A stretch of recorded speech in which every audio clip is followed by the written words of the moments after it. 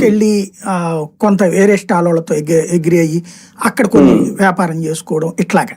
అంటే మనం ఎవరి దగ్గర చేతులు చాచి లేకపోతే మన వృత్తిని తాకట్టు పెట్టి చేసే దరిద్ర పనులు కాకుండా మన కష్టం ఎట్లాగూ రోజు పని చేస్తున్నాం, ఇది అదనపు కష్టం ఇంకోటి చేసుకుని అట్లా ఇంకో రూపాయి బాధ్యతాయుతంగా నిజాయితీగా సంపాదించుకుందాం అనుకునేటటువంటి దాంట్లో చేసేవాళ్ళు.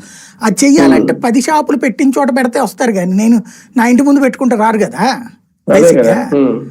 అది కాబట్టి అట్లాగ కొంతమందికి 4 రూపాయలు సంపాదించి, కొంతమంది అయితే ఓన్లీ ఎగ్జిబిషన్ల మీదనే ఉండేవాళ్ళు. అప్పట్లో ఏడాది మొత్తం మీదన కనీసం 10-12, అంటే మాకు విజయవాడలో 45 రోజులు మెయిన్ ఎగ్జిబిషన్ ఉండేది, ఏది పీడబ్ల్యూడి గ్రౌండ్స్లో. అది కాకుండా అమ్మ హాల్ అని చెప్పేసి మొగలరాజపురంలో ఉంటుంది. ఆ హాల్లో నెలకి ఒక ఎగ్జిబిషన్ అన్నా ఉండేది, 2 రోజులు 3 రోజులు ఎగ్జిబిషన్లో. అట్లాగే జంకారా గ్రౌండ్స్లో ఒక ఎగ్జిబిషన్ ఉండేది. ఇట్లాంటి వాటిట్లలో మాత్రమే పెట్టుకుని బతికేసిన మహిళలు ఉన్నారు. అంటే వాళ్ళ భర్తలు ఏదో ఉద్యోగం చేస్తారు, అదనంగా వీళ్ళు సంపాదించేది ఉండేది. చీరల స్టాల్స్ పెడతారా, లేకపోతే దాని పేరేంటది కొవ్వొత్తుల స్టాల్స్ పెట్టినటువంటి వాళ్ళు కూడా ఉన్నారు. రకరకాల బొమ్మల, ఇప్పుడు కొంతమంది కొండపల్లి బొమ్మలు కొనుక్కొచ్చి అక్కడ పెట్టి అమ్ముతారు.